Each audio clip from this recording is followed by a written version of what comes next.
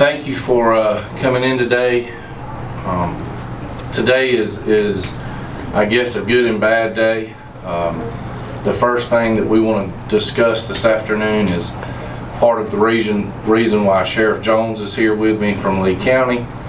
About a week ago, the Russell County Sheriff's Office received information that one of our deputies on the road was involved in drug trafficking and helping someone who was a drug dealer that was known to us out on the streets. And we began an investigation about a week ago. Today we concluded that investigation. We partnered with Lee County a couple of days ago to help us with a search warrant of the deputy's residence, which is actually in Greystone Apartments there on River Chase Drive in Phoenix City, up by the Publix. They went with us this morning to execute the search warrant.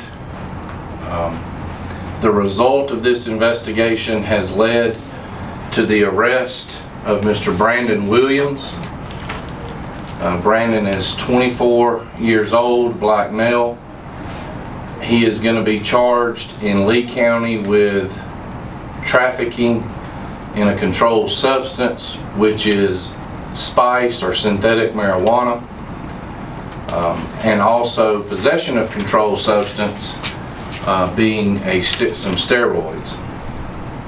These items were recovered in his apartment during the search warrant. It was approximately 1.5 pounds of spice. Mr. Williams was currently working on the road as a deputy sheriff, and certainly it is difficult to stand here and have to work a case on one of your own, but it's also difficult to even try to do that without anybody in the department knowing what you're doing and that whole thing. We were lucky in this case.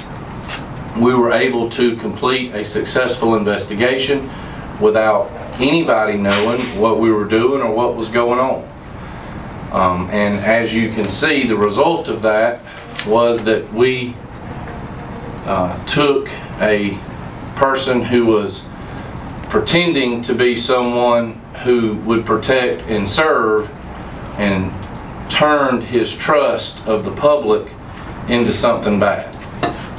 And I know that my friend Sheriff Jones doesn't stand for that in his county. We're not going to stand for it here. We have never stood for it. And if we get information that is credible about this type of goings on in our community with deputies or with anybody in authority, we don't turn the other cheek and we don't turn the other ear. We investigate it, and if it's true, then we deal with it, and we deal with it head on. So at this time, I'll take as many questions as I can. Obviously, the case is still being investigated. The search warrants occurred today. So I'll do the very best I can to answer your questions, or if you have some for Sheriff Jones, I'd love to, he can also make some comments first before we get into any other questions. How long has the deputy been with the department, and where is he at this moment? The deputy has been with the department about 2 months.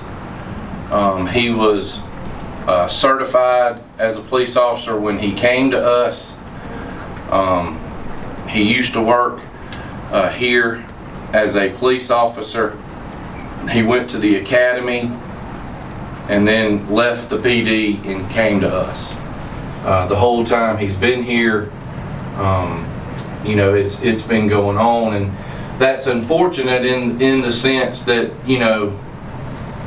as this unfolded today, and as we brought him into the office, and there were several officers just completely shocked by, you know, his demeanor working with them and being around them, and then seeing this side. I mean, there were lots of deputies and officers that were completely shocked to know what was going on. Can you talk a little about spice? Is it something that's illegal everywhere? Is it illegal in this state, or what is? It is definitely illegal in this state. It is under the Controlled Substance Act. So the trafficking in spice is similar to trafficking in cocaine. It's 28 grams. The amount is the same, so 28 grams or more is trafficking. And in this case, we had close to 1.5 pounds.